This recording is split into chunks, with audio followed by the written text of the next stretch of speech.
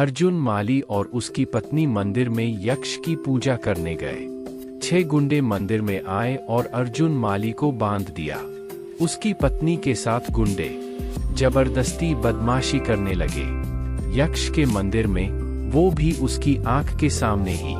6 गुंडे उसकी पत्नी को सता रहे थे। यह सदमा अर्जुन माली से बर्दाश्त न हुआ।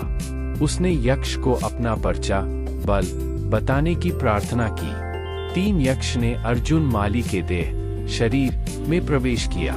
अब अर्जुन माली में बहुत सारी देवी शक्ति आ गई।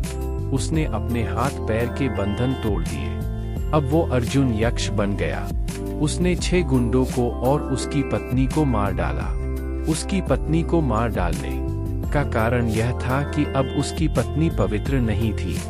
यह 7 लोगों को मारने के बाद भी उसका क्रोध शांत नहीं हुआ। उसके बाद अर्जुन यक्ष हर रोज शहर नगर के 6 पुरुष और 1 स्त्री को मारने लगा। पूरे शहर नगर में डर फैल गया।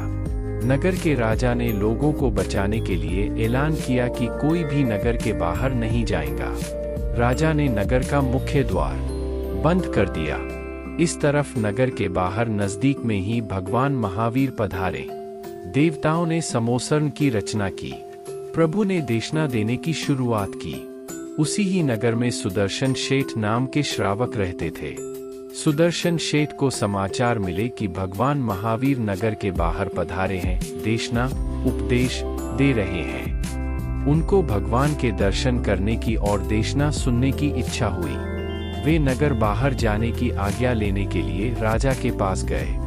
राजा ने पहले तो सुदर्शन शेठ को ना कहा, परंतु उनकी श्रद्धा अटूट मजबूत होने से अंत में आज्ञा दे दी। कोतवाल ने द्वार खोल दिया, जिससे सुदर्शन शेठ नगर के बाहर गए। सुदर्शन शेठ को देखकर अर्जुन यक्ष उनको मारने गए, परंतु सुदर्शन शेठ बिल्कुल भी डरे नहीं।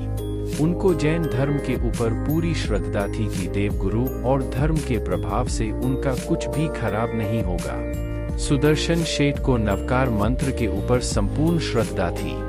वे आंख बंद करके भावपूर्वक नवकार गिनने लगे। नवकार की शक्ति से वह यक्ष अर्जुन माली के शरीर देह में से भाग गया। अर्जुन अब शांत हो गया। अर्जुन माली और सुदर्शन शेठ भगवान की देशना सुनने गए। प्रत्यक्ष भगवान के दर्शन से और उनकी मीठी मधुर देशना से अर्जुन को बहुत आनंद आने लगा। उसको लगने लगा कि उसे भी अब भगवान के मार्ग पर चलना चाहिए। देशना सुनने के बाद अर्जुन माली ने दीक्षा की मांग की। प्रभु ने उसकी पात्रता देखकर उसे दीक्षा दे दी। बोध बच्चों, आप भी भावपूर्वक नवकार गिनना, जिससे आपके भी सभी कार्य पूर्ण होंगे। प्रभु के दर्शन और उपदेश कभी भी छोड़ना नहीं, इसलिए रोज ही पाठशाला शिविर में जाना चाहिए।